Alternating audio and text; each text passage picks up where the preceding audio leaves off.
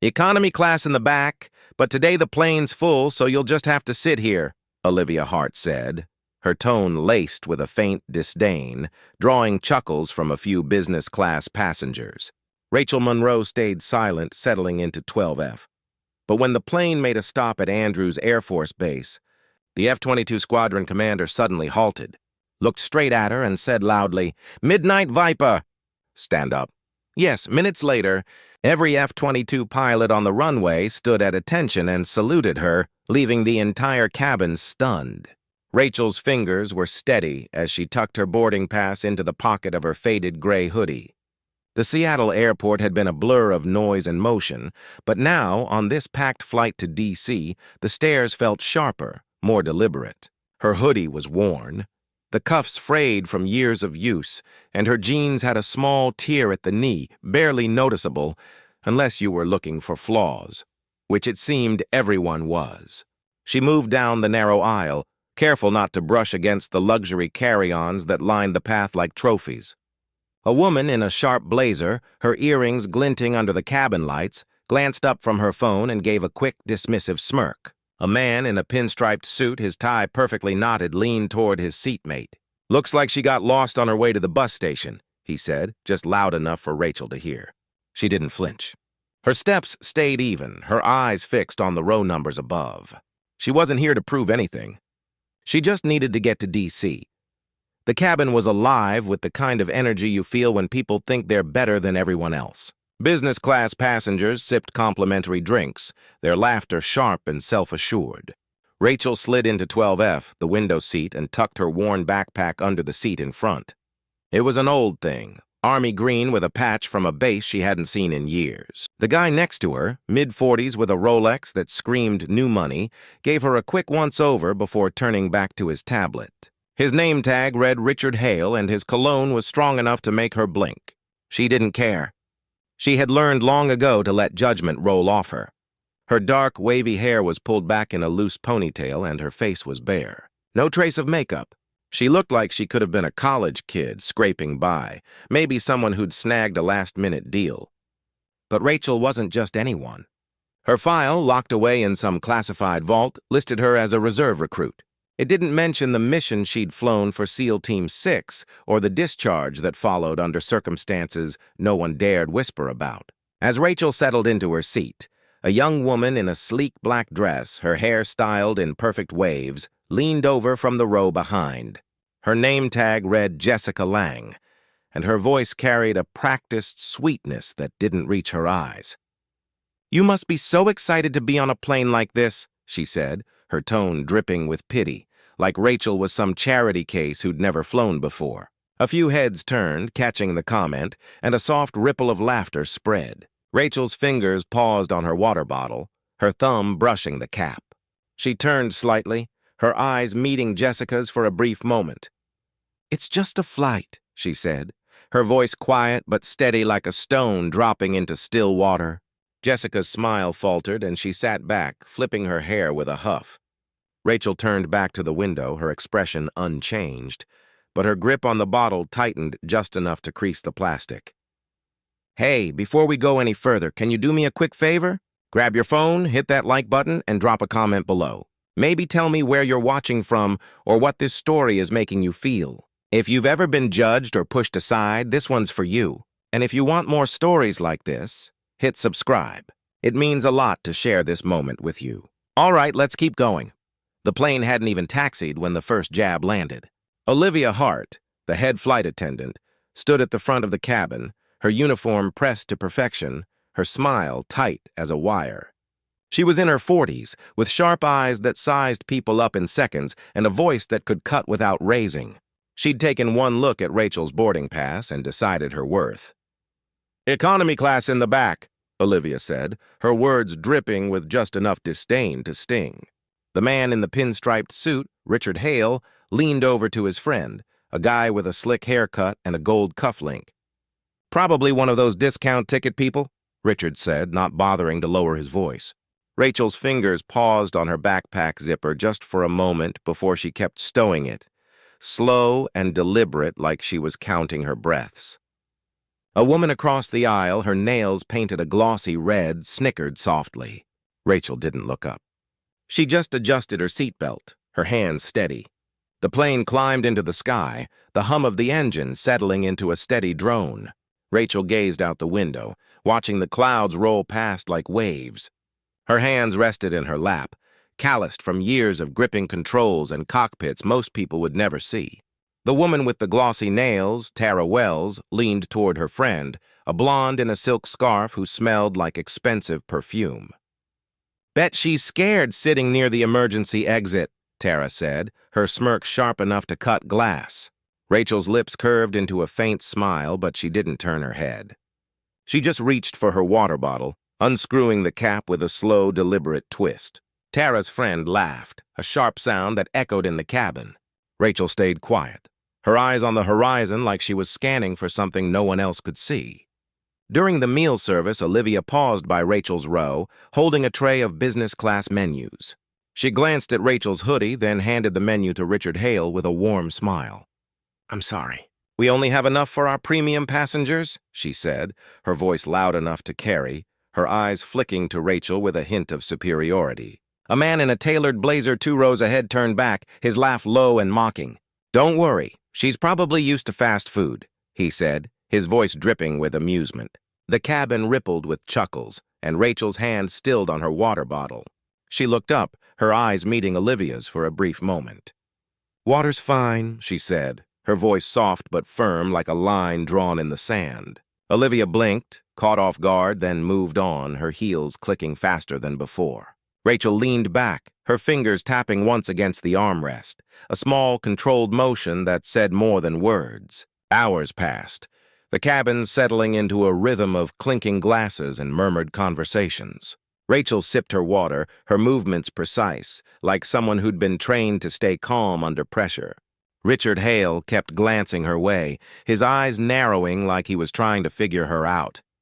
Finally he spoke, his voice thick with condescension. "You look like you're headed to a job interview or something. Hope you've got a better outfit in that bag." Rachel turned her head just enough to meet his eyes. "I'm good," she said, her voice low and steady like a blade sliding into place. Richard blinked, thrown off, then muttered something about kids these days, and went back to his tablet. Rachel turned back to the window, her face unreadable, but her fingers brushed the edge of her seatbelt, adjusting it slightly. The captain's voice crackled over the intercom, breaking the monotony. Folks were making a quick stop at Andrews Air Force Base for refueling. Shouldn't be long. Rachel's head lifted slightly, her eyes sharpening as she glanced out at the military runway coming into view. Jets lined the tarmac, their sleek shapes glinting under the sun, and personnel moved with purpose below. Her fingers tightened around her water bottle just for a second before she set it down. Olivia, standing nearby, noticed the shift in Rachel's posture. "Something catch your eye?" she asked, her tone more suspicious than curious. Rachel didn't answer right away. She just kept looking out, her hand still in her lap like she was seeing something no one else could. As the plane descended toward Andrews, a businessman in a crisp white shirt, his cufflinks gleaming, stood to retrieve his bag from the overhead bin. He glanced at Rachel, then spoke loudly to no one in particular. "Some people don't know their place, do they?" he said, his voice carrying a smug edge. A few passengers nodded, their smiles tight and knowing. Rachel's eyes flicked to him just for a moment before returning to the window. She shifted in her seat, her backpack sliding slightly against her leg. "I know where I am," she said, her voice so quiet it barely reached him, but the weight of it made him pause. He cleared his throat, suddenly interested in his bag, and sat down without another word. The cabin grew quieter, the air thick with unspoken tension. A man in business class, his tie loosened and his voice loud, leaned over his seat. His name tag read Mark Ellison, and he had the kind of grin that screamed he was used to being the loudest in the room. "What, you want to fly a plane?" he said, his laugh sharp and mean. A few people chuckled, their laughter like needles in the air. Rachel turned her head slowly, her dark eyes locking onto his. "I've worked near planes before," she said, her voice calm but firm, like a door clicking shut. Mark's grin faltered, and he shifted in his seat, suddenly interested in his drink. Olivia raised an eyebrow but didn't say anything. She moved down the aisle, her heels clicking sharply like she was marking the moment. When the plane touched down at Andrews, the cabin's energy shifted. The business class passengers perked up, adjusting their jackets and checking their phones like they were about to walk into a boardroom. Olivia's voice came over the intercom, crisp and professional. A few select passengers have been invited to meet the F-22 pilots on the tarmac. Please remain seated unless you've been notified. She glanced at Rachel as she spoke, her eyes making it clear who wasn't on the list. Rachel didn't move. She just took another sip of water, her face blank like she'd heard it all before. Her fingers brushed the edge of her backpack, where a small patch of faded eagle caught the light for a moment before she tucked it out of sight. Tara Wells leaned toward her friend, her voice loud enough to carry. "They probably don't want pictures with someone dressed like that," she said, her laugh sharp and practiced. The blonde in the silk scarf, whose name tag read Donovan, nodded, her lips curling into a smirk. A quiet chuckle came from the row ahead, where a guy in a designer polo, Ethan Carter, was scrolling through his phone, his smirk visible even from Rachel's seat. She didn't look up. She just screwed the cap back on her water bottle, her movement slow and deliberate like she was measuring the moment. The cabin felt heavier now, the air thick with judgment that didn't need to be spoken. As the invited passengers gathered their things, a woman in a designer coat, her perfume sharp and floral, paused by Rachel's row. She looked down at Rachel, her eyes narrowing slightly, and spoke to Olivia in a stage whisper. "You would think they'd screen people better for flights like this," she said, her voice dripping with disdain. Olivia nodded slightly, her lips pursed, and handed the woman a complimentary drink. Rachel's hands stilled on her backpack, her fingers brushing the faded eagle patch.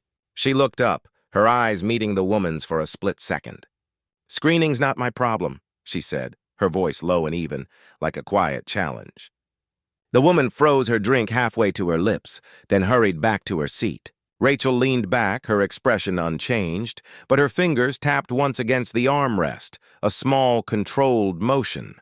Rachel's eyes flicked to the window, where the F-22s stood like sentinels on the tarmac. For a moment, her fingers paused, hovering over the patch on her backpack. She'd sewn it on herself years ago after a mission that left her hands shaking, but her squadron alive. The memory came unbidden.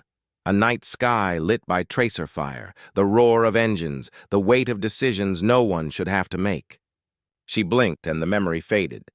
She adjusted her hoodie, pulling the sleeves down over her hands, and leaned back in her seat. The cabin's chatter felt distant, like static on a radio. Major Kyle Bennett stepped into the business class cabin, his uniform sharp, his presence like a storm rolling in. He was in his late 30s, with a jawline that looked carved from stone and eyes that missed nothing. He greeted the invited passengers with a polite nod, shaking hands with Richard Hale and Tara Wells. But then his eyes landed on Rachel, sitting quietly in 12F. He froze, his hand still gripping the last handshake. The cabin didn't notice at first, but Rachel did. She met his gaze, her expression steady, like she'd been expecting this moment. Her fingers brushed the edge of her seat, a small grounding motion. Bennett walked straight to her row, his boots heavy against the floor. "Are you Shadowhawk 12? He asked, his voice low, almost reverent. Rachel gave a small nod, her eyes never leaving his. Richard Hale snorted softly, like he thought it was a joke. Bennett's jaw tightened, but he didn't look away from Rachel. "My apologies for having you sit here," he said louder now so the whole cabin could hear. "You're invited to the tarmac immediately." Rachel stood, slinging her backpack over one shoulder.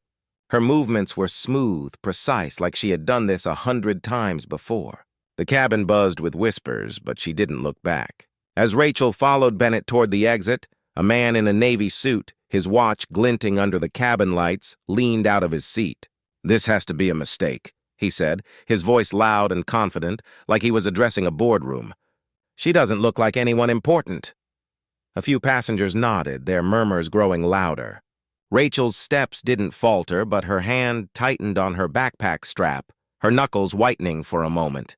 She turned her head slightly, her eyes meeting his. "Looks can be deceiving," she said, her voice soft but sharp, like a blade slipping through silk. The man's mouth opened, then closed, and he sat back, his confidence deflated. Bennett's eyes flicked to the man, a silent warning before he led Rachel out. Outside, the air was sharp with jet fuel and wind. Rachel stepped onto the tarmac, her hoodie flapping slightly. The F-22 pilots stood in a straight line, their uniforms crisp, their faces unreadable. Bennett's voice cut through the silence. "Attention! This is Midnight Viper, the one who once led 3 squadrons through enemy skies." The pilots snapped to attention, their hands rising in perfect unison to salute her. Rachel returned the salute, her movements crisp, her expression calm but warm. A faint smile tugged at her lips as she lowered her hand. The wind carried the moment, and the cabin windows filled with faces watching.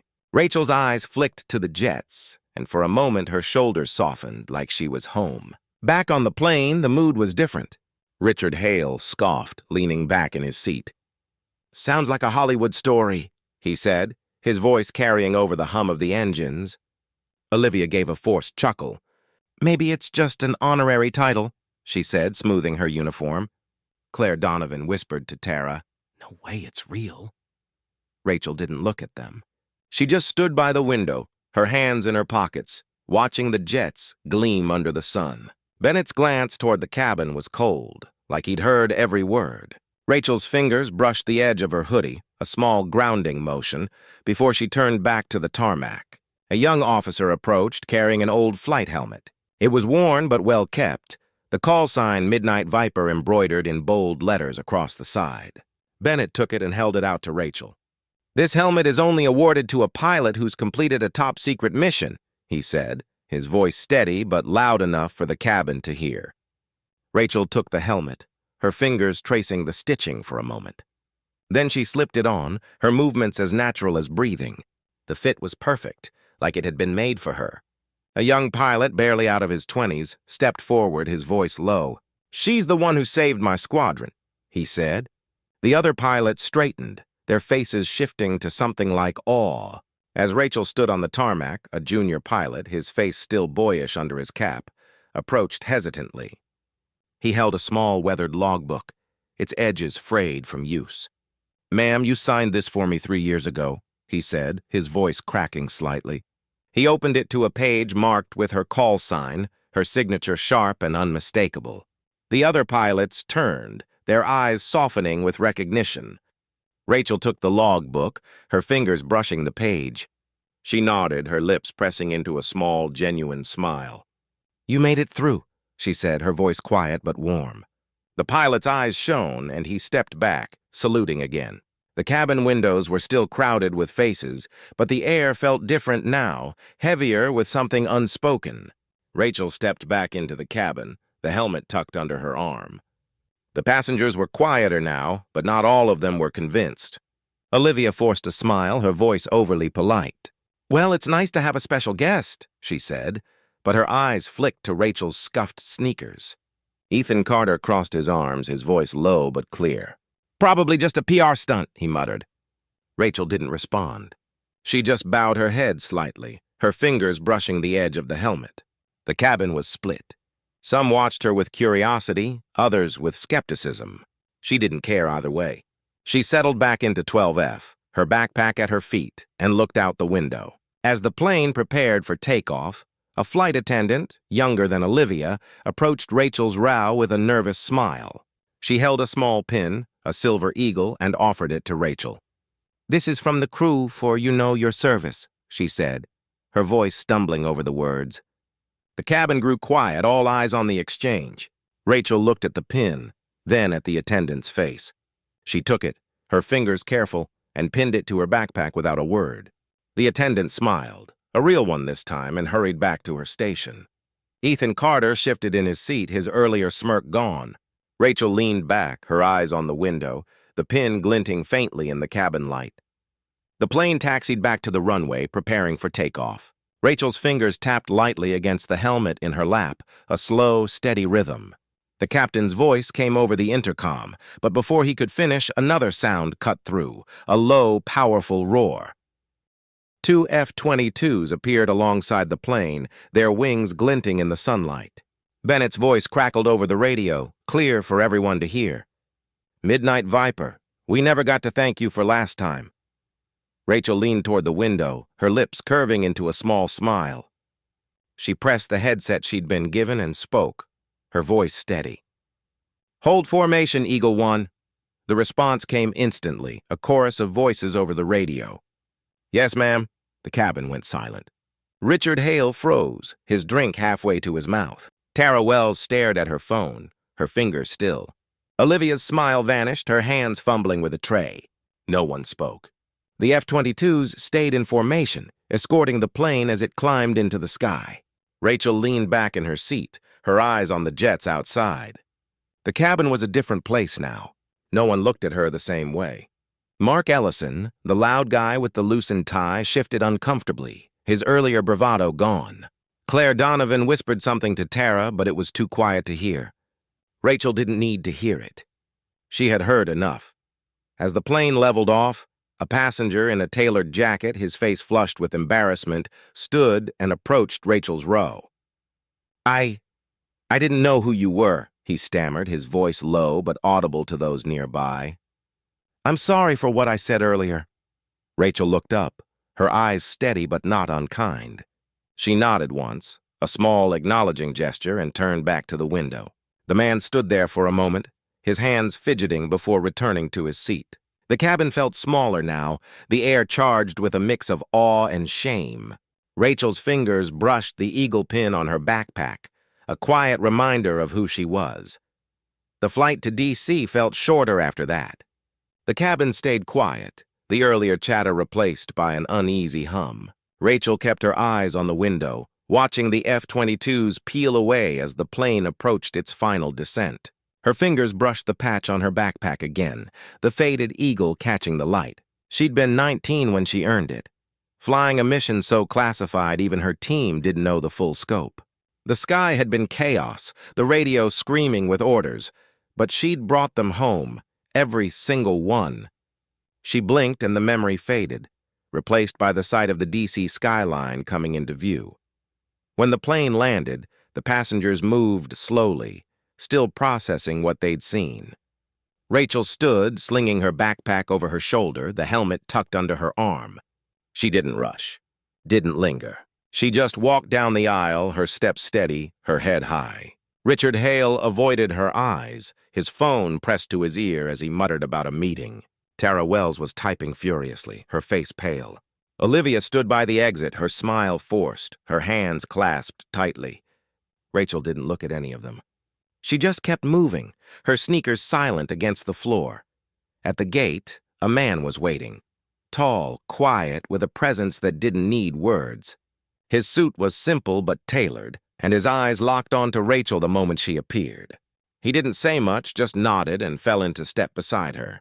The passengers lingering at baggage claim went quiet. Ethan Carter dropped his phone mid-text, his smirk gone. Claire Donovan looked away, her scarf clutched tightly. Olivia busied herself with paperwork, her movements jerky. No one needed to say his name. They knew who he was. James Monroe, Rachel's husband, a man whose influence reached places most people couldn't imagine. Before they left the terminal, a young girl, maybe 10, tugged at her mother's sleeve and pointed at Rachel. "Is that the pilot, lady?" she whispered, her eyes wide with wonder. The mother, a quiet woman who'd stayed silent during the flight, looked at Rachel and nodded. "That's her," she said softly, her voice full of respect. Rachel caught the girl's eye and gave a small, warm smile, the kind that said she saw her. The girl grinned back, clutching her mother's hand tighter. Rachel's hand brushed James as they walked on, the helmet still under her arm, the eagle pin glinting faintly. The terminal was busy, but people parted as they passed, like they could sense something bigger than the faded hoodie and scuffed sneakers. The consequences came quickly, quiet but relentless. Richard Hale, the exec in the pinstripe suit, was a mid-level manager at a defense contractor. Someone on the flight had recorded his comments, and the video spread online like wildfire. By the next morning, he was out of a job, his LinkedIn profile scrubbed clean. Tara Wells, the influencer with the glossy nails, found her latest sponsorship deal canceled after the video went viral. Her followers dropped by the thousands overnight, her apology post buried under a flood of comments calling her out. Olivia Hart faced a quieter reckoning, a formal reprimand from the airline for unprofessional conduct. She was reassigned to short domestic routes, her dreams of international flights grounded indefinitely. Jessica Lange's social media presence took a hit when her company distanced itself from her, citing unprofessional behavior. Ethan Carter's startup lost a major investor, the news breaking quietly but decisively. Claire Donovan's law firm issued a public apology. Rachel didn't see any of this unfold. She didn't need to. She'd been through worse than their words, missions where the sky was fire, where one wrong move meant no coming back. This was just noise, the kind of noise she'd learned to tune out long ago. She and James walked through the terminal, their steps in sync, the helmet still under her arm. The DC skyline loomed outside, a reminder of why she was here. Not for the passengers, not for the recognition, but for something bigger, something that had always driven her, even when the world tried to make her small. In the end, Rachel stood at the edge of the tarmac, her husband beside her, the city stretching out before them. The wind tugged at her hoodie, but she didn't pull it tighter. She just stood there, steady, like she'd always been. The world had doubted her, mocked her, tried to make her feel like she didn't belong. But she wasn't small. She never had been. And for anyone who'd ever been judged, overlooked, or silenced, her story was a quiet promise. You're not alone. You never were. Where are you watching from? Leave a comment below, and don't forget to like, subscribe, and hit the bell so you never miss another story like this one.